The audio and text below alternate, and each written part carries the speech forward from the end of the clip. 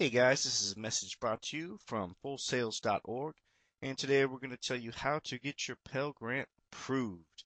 The first thing we want to remember when we're applying for a Pell Grant is that we want to file as soon as possible because students of lesser need who apply before students of greater need have the advantage.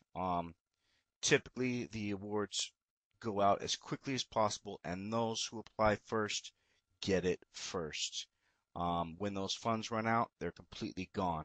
So what you want to do is you always want to apply as early as possible, and you want to remember that just because you're accepted does not obligate you in any way to participate in the program.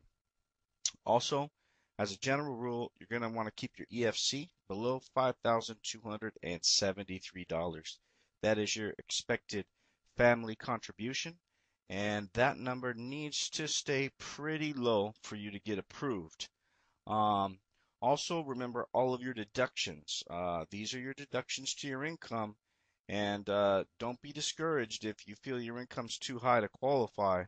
Most awardees have familial incomes in excess of 75,000, and that is regardless of their deductions. They could gross quite a bit more, but basically, don't be discouraged by that. You could deduct things such as alimony, child support, moving expenses.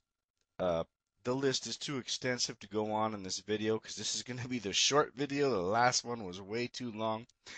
But everything from tuition and fees to combat pay, there's simply too many to name. As well as that, you'll also want to use a 529 college savings plan if you have extra money and you want to keep your cash on hand to a minimum. 529 college savings plan is the way to go. Additionally, they have a lot of new stuff out now, and you're definitely going to want to tell your financial aid advisor if you or your family has suffered from a foreclosure or is in the process of foreclosure. As stated before, keep your available cash to a minimum, and I can't stress that enough. If a student pays the rent and has $1,000 less in the bank than a student who hasn't yet paid the rent and has $1,000 more in the bank, the student who paid the rent yesterday is more qualified today to get approved than the one who didn't. You're always going to want to maximize your retirement IRA or company vested savings. That's just a no-brainer. And pay as much as you can towards student loans.